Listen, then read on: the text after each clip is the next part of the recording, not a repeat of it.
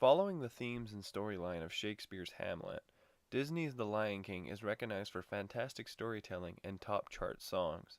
My name is Jeremy, and I host Listening to the Movies on 101.7 Civil Radio or on www.civl.ca. I play classic hits from great film soundtracks, and last week, part of Disney Month, I played The Lion King. The 30-second animated feature for Disney, it is also known as the highest grossing animated film of all time, with $950 million in its gross. The story follows a young lion cub named Simba, who is tricked by his wicked uncle Scar into believing he caused the death of his father.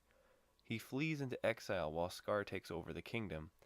In exile, Simba meets with two animals named Timon and Pumbaa and enjoys a life of no worries. But eventually he is found by his old friend Nala, and he realizes that it is his destiny to assume the role as king, so he returns home to overthrow his uncle and bring peace back to the animal kingdom. A beautiful story of love, revenge, and destiny, Lion King stands out as one of the more original Disney tales. Taking a mature story like Hamlet and twisting it into a children's story is no easy feat when the outcomes could have been cheesy or even appalling.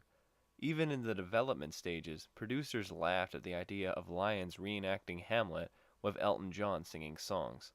However, the end result was an amazing and timely story in which children and adults could understand and enjoy. The voice acting does help craft the story's smooth character development.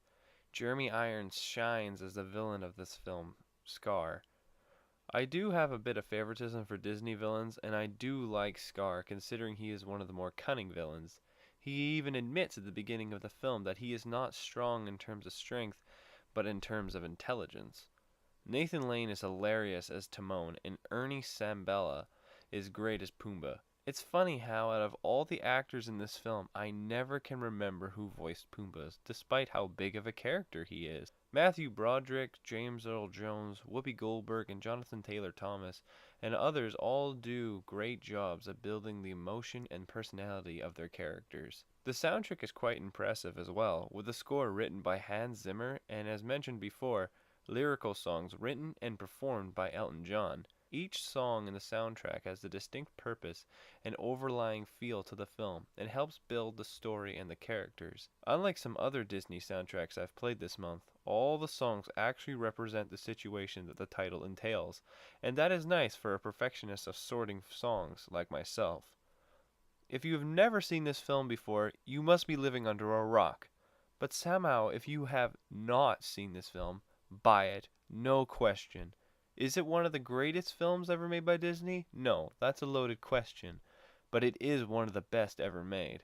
If you want to listen to the podcast of the show, click the first link in the description. Next week's video is the final film of the Disney month, Mulan.